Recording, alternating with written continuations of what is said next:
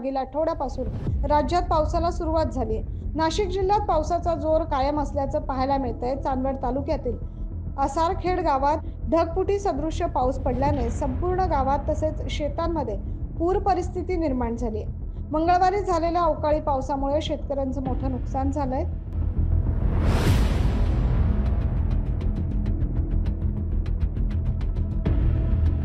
द्राक्ष बागांना देखील या नैसर्गिक आपत्तीमुळे मोठा फटका बसलाय।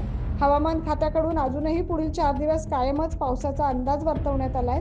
चांदवड तालुक्यात मंगळवारी अचानक झालेल्या पावसानं शेतमालाचं मोठ्या प्रमाणात नुकसान झालंय। शेतकऱ्यांच्या हातातोंडाशी आलेला घास अवकाळी पावसाने हिसकावून घेतल्यानं शेतकरी पुन्हा एकदा संकटात सापडलाय।